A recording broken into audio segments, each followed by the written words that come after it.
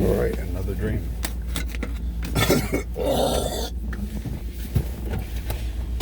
Perfect. Put that on the video.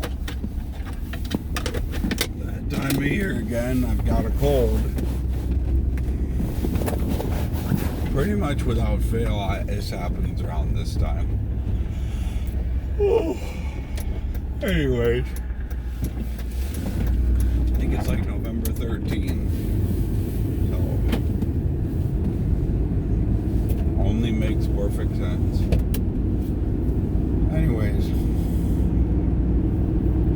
I'm thinking this will probably be a shorter video because it was two dreams that I had.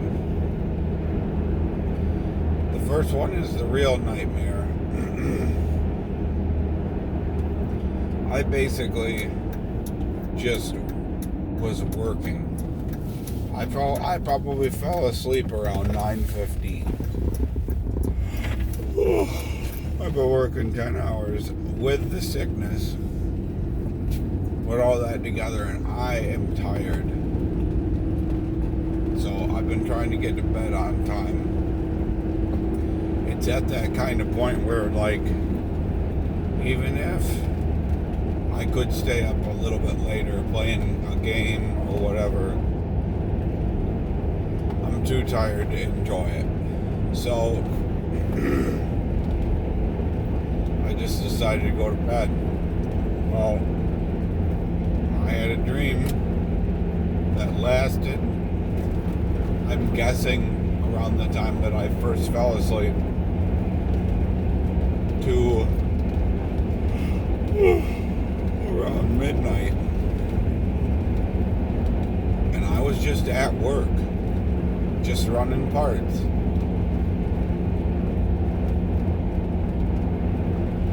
I ran parts and did everything that I normally do at work for 4 hours. So I worked for 4 hours before waking up to use the bathroom. And now I'm heading to work right now. So in the last 24 hours, basically 14 hours of that existence, my brain was working. That sucks.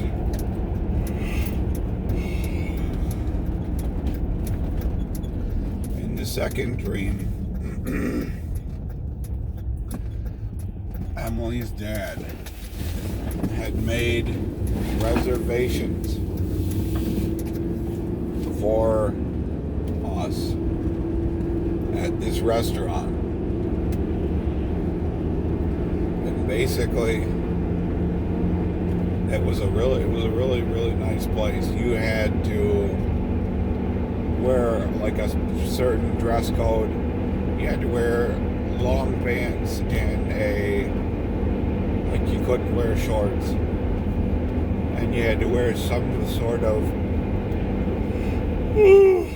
dress shirt and a tie. Let me get a sip of the coffee, see if that'll help.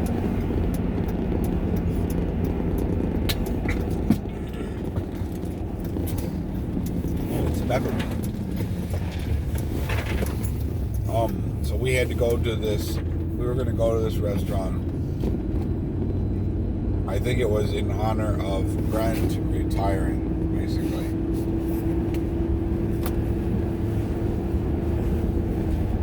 And so they also had a policy there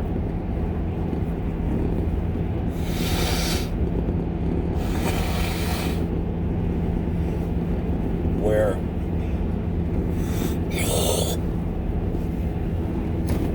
if the chefs,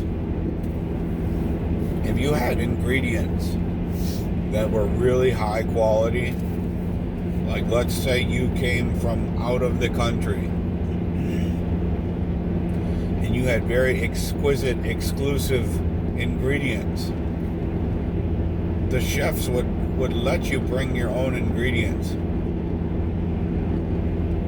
and they'd cook it for you as part of the exclusive services that they offered. The chefs basically said, like, we love to learn to cook new stuff, and it's always a lot of fun to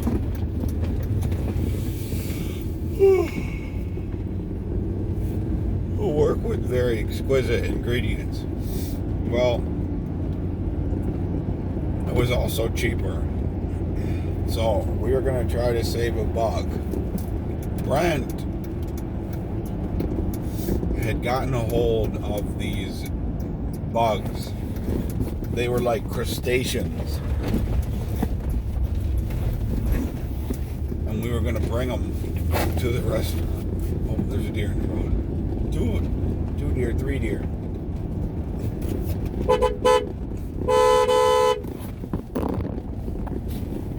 Four deer.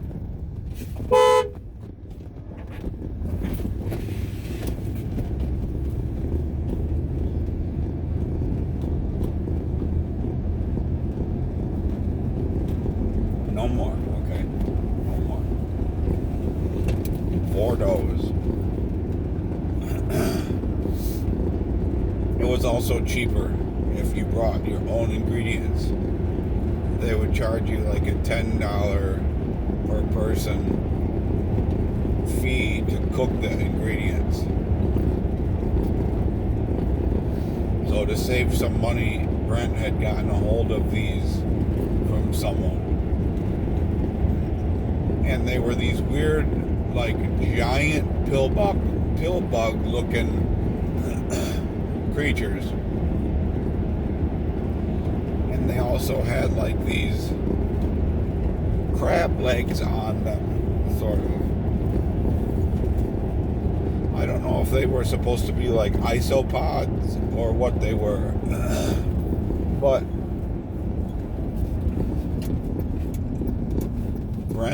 they were small. And Brent said, what we'll do is we'll bring these to the restaurant and have them cook them for us. Because if you've never had these before, they're like the most delicate bite of crab meat you've ever had. But you gotta watch out. Because these things have suckers on them. And they've got really small, razor sharp teeth. And what they'll do is if they find like a dead thing, they latch on to whatever the thing they want to eat is, and they'll bore a hole in, and then once they get inside, they lay eggs, and then the offspring will eat the dead thing. But they don't care if you're alive either, so just be careful. Don't let them bite you. Well, I had one immediately suck onto my hand and start trying to bite me. And like, it wasn't enough that you flicked them. They had the same ability to suck down as leeches. Like, you had to grab them and pull them. And Brent had them in this big plastic tote. He's like, what everyone needs to do is get your container out and throw some in there, and then we'll bring them to the restaurant. Well, I'm like, container? He's like, yeah, it needs to be a good one. I always use glass jars. They can't bite through the glass, and it keeps them nice and fresh.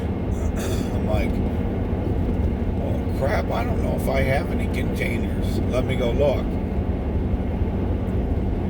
So I went out to the truck,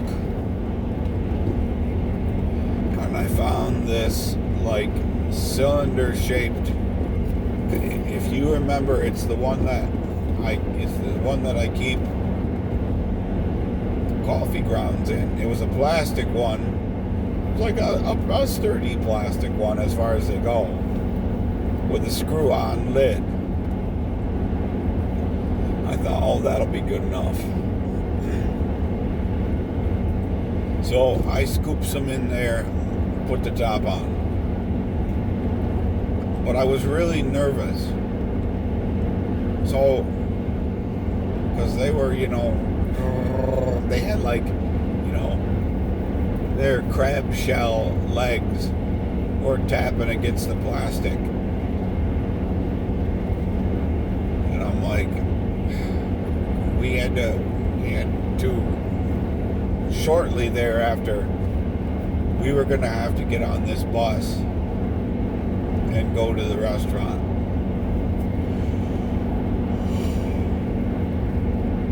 And it was me and Mom,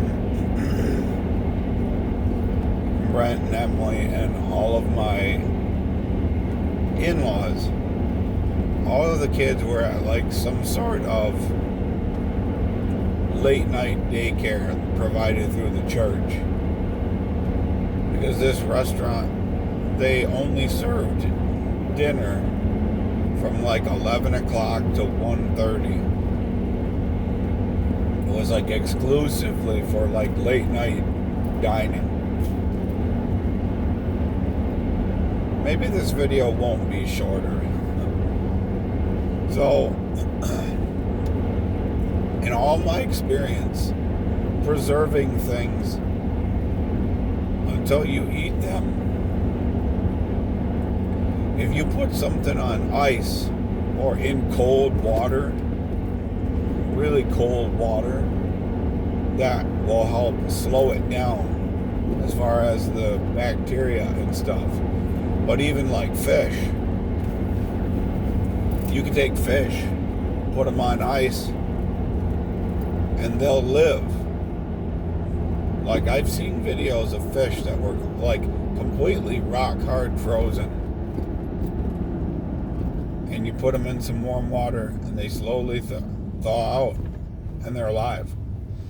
So all of like my thinking, I thought, okay, I will put them on some cold water before we leave, and then that way they'll definitely not escape the canister. So I went to the bathroom, got some cold water, filled it up to the top. I thought, that'll work perfect.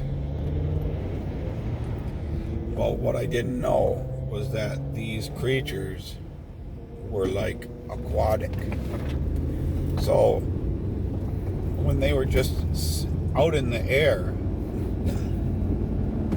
they couldn't breathe. They were like on a timer until they died. And so giving them water actually amped them up.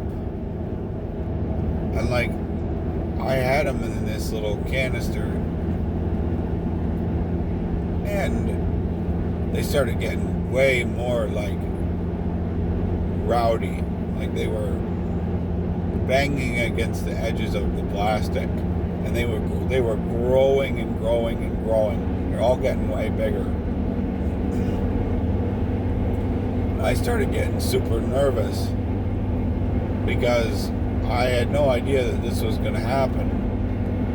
And if those suckers get out of this canister onto this bus, because we were all riding a bus, like a luxury bus to this restaurant, and it was the people I described earlier, but there were other people on the bus too.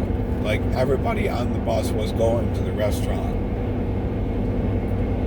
So these creatures kept growing and growing and growing, and at some point I just took them and went to the back of the bus and like just stuck them underneath this seat and sat back down. And then I just heard crack. No one else knew what that was, but I did. And all of a sudden you start hearing people scream. And you could see these things were way bigger, like even than just a minute ago. And they were biting people, and they were skittering across the floor. And this boss was like, we got to pull over. Somebody brought, can't remember what he called them. Somebody brought those things on the bus and gave him water, which is the number one thing you don't do. So we pulled off at this like abandoned warehouse, a factory. But like once these things smell you, they hunt for you. So like it wasn't enough that we got off the bus. We had to like hide. We had to like run away from these things. I don't think we ended up making it to the restaurant. I mean, no, I don't think anybody died or anything, but it's super creepy. That's all I can remember.